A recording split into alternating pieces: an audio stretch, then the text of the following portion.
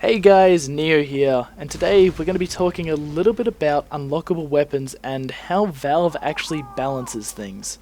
And in my opinion, Valve has been pretty poor at balancing weapons these days. A lot of the time, when they just balance a weapon, it feels like they just took the weapon, basically removed it from the game, and then just put it back in as a completely trash weapon that no one is ever going to pick up, and the problem is now solved.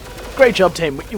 We did a real good work on this one. We took it out swiftly, quietly, and completely destroyed the thing. In my opinion, Valve feels like they're a hitman team or something along the lines, a government agency finding a super criminal and then going and just taking it out. And that's what these weapons are treated like, in my opinion. When most of the time the weapons just needed a minor tweak to be a bit more balanced and kind of have more of that niche role that side grades are supposed to play. Now, I'm going to go over a couple of examples because if I just say a broad statement like that, a lot of people are going to just disagree with me and think I'm just hating on Valve like a lot of people are doing right now in the TF2 community. So firstly, I'm going to go over a weapon that Valve has nerfed that in my opinion went from something that was very annoying to combat into something that is more manageable, yet still exactly the same power behind it. And I know this was all the way back at Gunmetal, but Valve had an idea what they were doing with this weapon when they actually nerfed it. They found that a lot of engineers were actually using it just to spam down mini-sentries and escape with their lives way too easily. When the mini-sentry would be placed, it would already have 100 HP, and if you were anyone apart from a direct hit soldier or a demo man, these little bastards of a weapon can take multiple shots to actually take down before the thing's even built.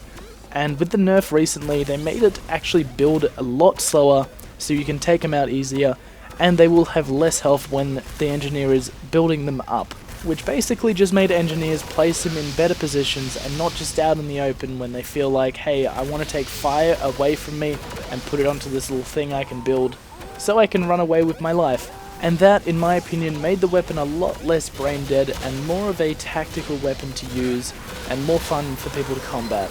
Okay, now we're getting to the controversial bit of the video where I'm going to talk about two weapons that, in my opinion, had meaning for a nerf, but not to the extent that they actually got. So the first one I really want to talk about is the lock and load. So the core design of the lock and load was actually really great in my opinion. It was a grenade launcher that did more damage and had faster projectile speed. The downside to it was that it only had 2 shots in it, and the fact that pills would only be able to do direct hits. Now 6 months after that update came out, the direct hit was slightly buffed, and they buffed it so that it would do 20% more damage instead of 10% more, and then it was left unchanged until 2014. Then out of nowhere, a bunch of cries for this weapon to be nerfed came out, and a lot of people really complained about it.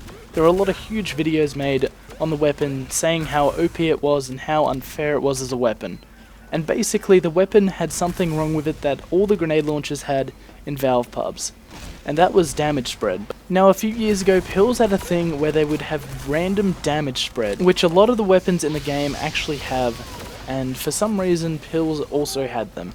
So this meant direct pills would not always do the exact same damage. This meant pills can do 10% less up to 20% more damage if you're lucky. And basically, Valve decided to remove this a few years ago because they felt that it wasn't really necessary for the grenade launcher, and it was already turned off in competitive, so they may as well just turn it off in pubs. And this is the main reason why the lock and load was overpowered, because the lock and load stats were actually changed before random damage spread was turned off, letting the lock and load not only just deal 120 damage, but actually go from 106 damage to 140 damage. So because this weapon could actually one-shot multiple classes in the game with very little ease if you could aim pills, they nerfed it. And what was the first nerfs to it?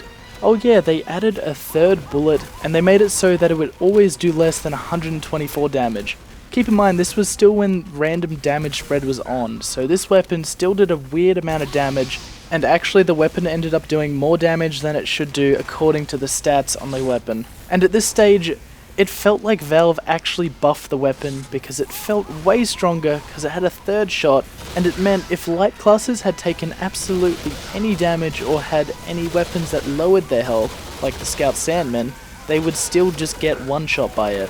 And the fact that it had a third shot in it meant it was super easy to 3-shot heavies with just one magazine, which you couldn't do before the update, and extremely easy to 2-shot demos and soldiers, while still having room for error to miss one shot. And then after that, Valve saw that again and they nerfed the weapon even more, and now it does the exact same damage as a grenade launcher, with 3 bullets in its 2-bullet magazine, but now instead of having that damage boost, it has a damage boost on buildings. Actually, right now the weapon only does 100 damage to buildings. It's bugged, please fix it, Valve. Which in my opinion is what most of the people who use the weapon used it for originally, because it was just absolutely great for a demo man to take out buildings. It was basically the direct hit for the demo man, and it still kind of is. You know, starting to think about it, it's actually more of a direct hit than the actual direct hit, because it doesn't actually have splash damage when it hits the ground. Now, it still sounds like it's kind of useful, and a few people might actually use it, but what is the actual point of using this weapon? There's really nothing this weapon can do now that the stock can't do better, and that's what I feel Valve has failed at a lot recently. They've balanced a lot of weapons, but balancing is not nerfing something to the point where people can't use it effectively. It's just a lazy way of removing something from a game without actually removing the option to use it. Right now there's many weapons out there that are just completely useless, and you may as well either have the stock equipped or a different side grade. These weapons include the Claymore, and you may as well just equip the Islander. It's way better. The Liberty Launcher is basically just a bad version of the direct hit. The Babyface Blaster is completely fucking garbage right now. And I could name a bunch more, but I won't, because this video could end up being 45 minutes long if I had named every issue with every weapon in TF2. So that is my opinion on the way Valve actually nerfs weapons in this game.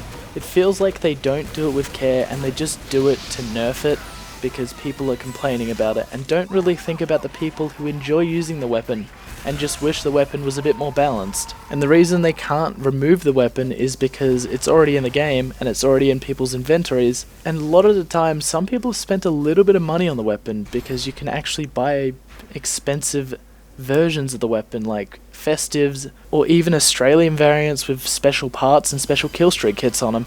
So anyway guys, I hope you enjoyed this video. Hope it wasn't too negative for you. Tell me your opinions in the comments below, and I'll see you all next time.